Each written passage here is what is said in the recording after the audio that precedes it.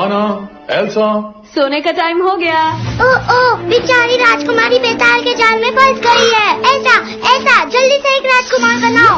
ओहो, राजकुमार भी बच गया। प्यार किया तो डरना क्या, क्यों? प्यार से जान नहीं बचती। ये हालत देख के परियां रोने लग गई। जिराफ क्या आवाज निकालते? छोड़ो उसे। परियों की रानी जाग गई, जो जादू तोड़ती है और सबको बचाती है। और सब खुशी खुशी रहने लगे। कौन सी कहानी है? मायावी जंगल की। राजकुमारी वैसे एक मायावी जंगल तो हमने भी देखा है। पापा, आपने मायावी जंगल देखा है? सच्ची मुच्ची? हाँ, बहुत पहले। और आपने हमें अभी तक बताया नहीं।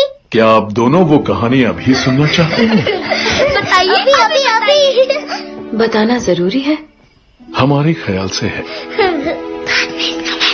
अगर चुप बैठे तो सुनाएं।